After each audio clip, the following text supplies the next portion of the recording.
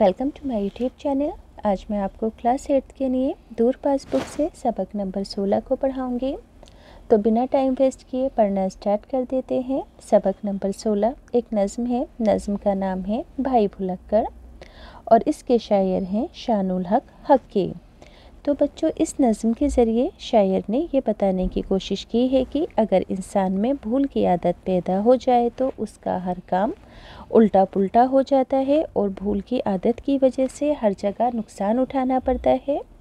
तो बच्चों, हम एक एक करके सभी शेर की तशरीह लिखना सीखेंगे कि एग्ज़ाम में कैसे लिखनी है, मगर पहले हम अल्फाज मायने जानेंगे ताकि तशरीह करना आसान रहे, क्योंकि अल्फाज मायने एग्ज़ाम में भी आते हैं। भुलक्कड़ कहते हैं जिसे भूलने की आदत हो, दाम कहते हैं कीमत को, राह कहते हैं रास्ता, आज़ा यानी कि जिस्म के हिस्से, तन कहते हैं जिस्म को, सौदा कहते हैं सामान को, कल पुर्जे यानी कि मशीनों के हिस्से, चुंगली कहते हैं छोटी उंगली को, औसान कहते हैं होशो आवाज़ को। तो बच्चों, पहला शेर है। दोस्त हैं अपने भाई भुलक्कड़, बातें हैं इनकी सारी गड़बड़। तो यहाँ पर शायर ने क्या कहा है कि एक इनके दोस्त हैं जो कि भूलने की बीमारी है इनको और इनकी सारी बातें गड़बड़ हैं। तो तशरीह लिखने से पहले सयाग व सुबाक लिखोगे कि ये शेर नज़्म भाई भुलक्कड़ से लिया गया है, जिसे शानुल हक हक्की ने लिखा है। तशरीह होगी। इस शेर में शायर कहता है कि हमारे दोस्त को भूलने की आदत है और इस भूल की आदत की वजह से उनकी सारी बातें गड़बड़ हो जाती हैं। अगला शेर है। राह चले तो रास्ता भूले, बस में जाएं तो बस्ता भूले। तो सया को सबाक लिखोगे कि ये शेर नज़्म भाई भुलक्कड़ से लिया गया है, जिसे शानुल हक हक्की ने लिखा है। तशरीह होगी। इस शेर में शायर कहता है कि हमारे दोस्त भूल की आदत की वजह से बहुत परेशान है। रास्ता चलते चलते ये अपना रास्ता भूल जाते हैं। अगर बस में सफ़र करते हैं तो अपना बस्ता बस में भूल जाते हैं। अगला शेर है।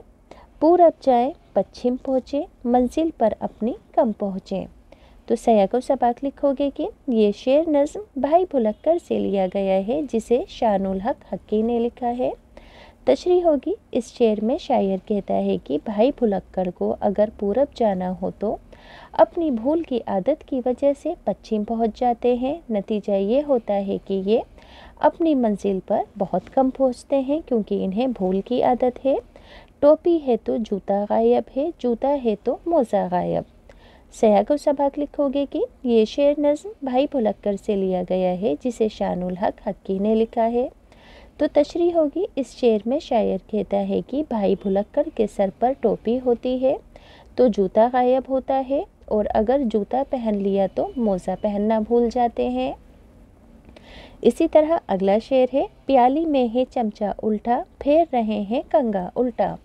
सया को सबाक लिखोगे कि ये शेर नज़्म भाई भुलक्कड़ से लिया गया है, जिसे शानुल हक हक्की ने लिखा है। तशरीह होगी कि इस शेर में शायर कहता है कि भाई भुलक्कड़ की भूल का ये आलम है कि उनकी चाय की प्याली में चमचा तक उल्टा पड़ा होता है और उन्हें मालूम भी नहीं होता। बालों में कंघा करते हैं तो वो भी उल्टा करते हैं। अगला शेर है। लौट पड़ेंगे चलते चलते, चौक उठेंगे बैठे बैठे। तो सया को सबाक लिखोगे कि ये शेर नज़्म भाई भुलक्कड़ से लिया गया है, जिसे शानुल हक हक्की ने लिखा है।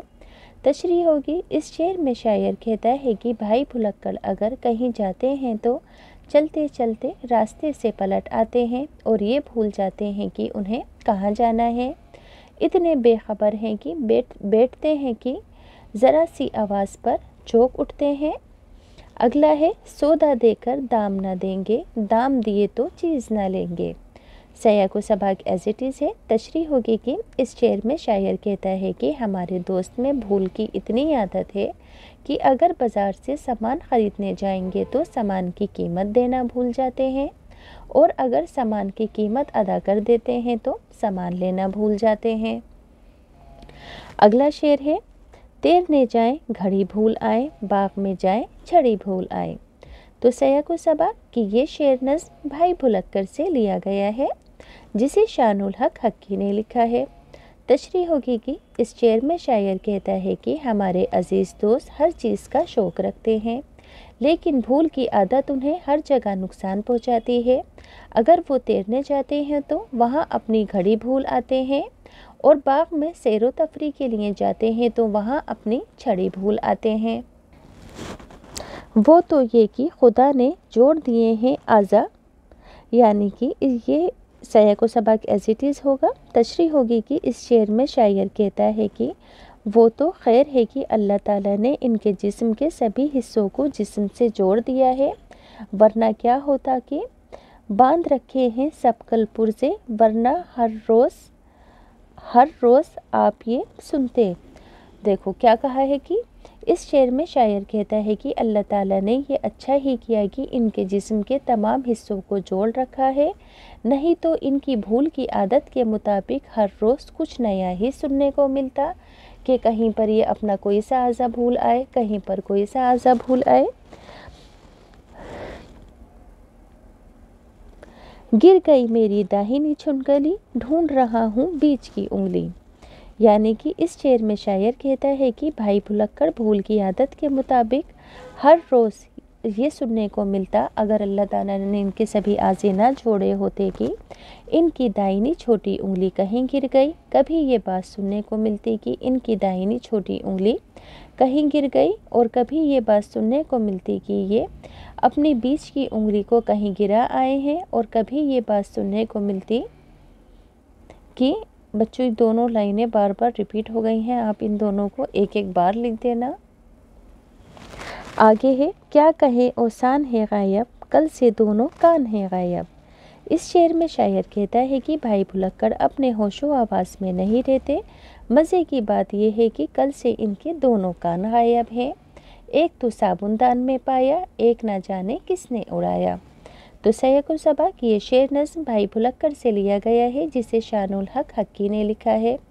तो इस शेर में शायर कहता है कि भाई भुलक्कड़ ने जब अपने कानों को तलाश करना शुरू किया तो एक कान तो साबुनदानी में पाया, और दूसरा कान ढूंढने पर भी ना मिला।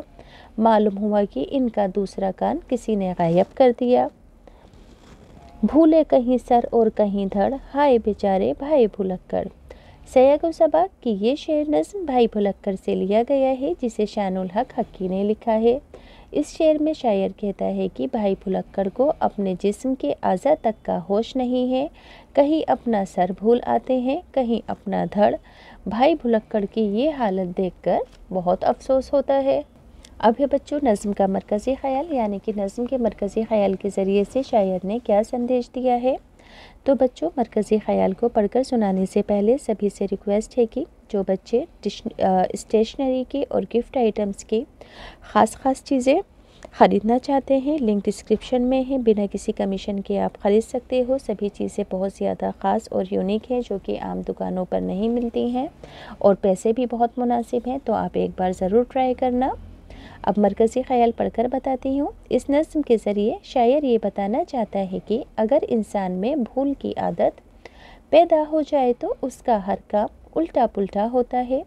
भूल की आदत की वजह से हर जगह नुकसान उठाना पड़ता है, और लोगों के सामने मजाक का भी निशाना बनना पड़ता है। टेक्स्ट बुक के क्वेश्चन आंसर हैं। सवाल नंबर 1, शायर ने अपने दोस्त को भाई भुलक्कड़ क्यों कहा है। शायर ने अपने दोस्त को भाई भुलक्कड़ इसलिए कहा है क्योंकि उनमें भूल जाने की आदत है, इसी वजह से इनकी सारी बातें गड़बड़ हो जाती हैं। अगला सवाल है भाई भुलक्कड़ कैसे कैसे काम करते हैं। भाई भुलक्कड़ सारे काम उल्टे सीधे करते हैं। अगला सवाल है भाई भुलक्कड़ कहीं जाते हैं तो क्या क्या चीज़ें भूल आते हैं। तो भाई भुलक्कड़ कहीं जाते हैं तो कुछ ना कुछ गड़बड़ ज़रूर करते हैं। चलते चलते रास्ता भूल जाते हैं, बस में बस्ता भूल जाते हैं, बाज़ार से सौदा लेकर दाम देना और कभी कभी सौदा लेना भूल जाते हैं। तैरने जाएं तो घड़ी और बाग में छड़ी भूल आते हैं। अगला सवाल है अगर भाई भुलक्कड़ के जिस्म के हिस्से अलग अलग होते तो वो क्या क्या भूल सकते थे। अगर भाई भुलक्कड़ के जिस्म के हिस्से अलग अलग होते तो वो छुंगली, बीच की उंगली, कान, सिर और धड़ भूल सकते थे। अगला सवाल है नज़्म में अगर नज़म में वो अल्फाज तलाश करके लिखिए जिनमें दो चश्मी है का इस्तेमाल हुआ है, जैसे कि भाई, भुलक्कड़, भूले, पश्चिम, फिर, कंगा, उन्हें, घड़ी, छड़ी, बांध, रखे, ढूंढ, धड़ और भूले।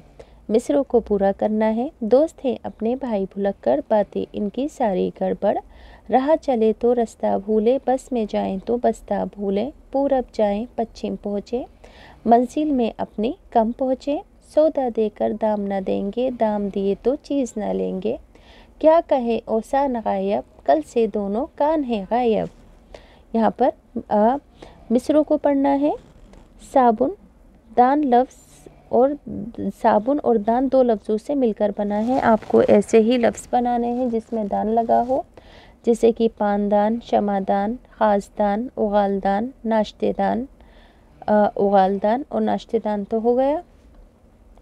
आगे है, इस नज़म को पढ़कर भाई भुलक्कड़ के बारे में चंद जुमले लिखने हैं। तो भाई भुलक्कड़ की भूल की आदत की वजह से उनकी सारी बातें गड़बड़ हो जाती हैं। भाई भुलक्कड़ जाना कहीं जाते हैं, पहुँच कहीं जाते हैं। भाई भुलक्कड़ की कभी टोपी गायब होती है तो कभी जूता और मोज़े। भाई भुलक्कड़ सौदा लेकर दाम और दाम लेकर सौदा लेना भूल जाते हैं।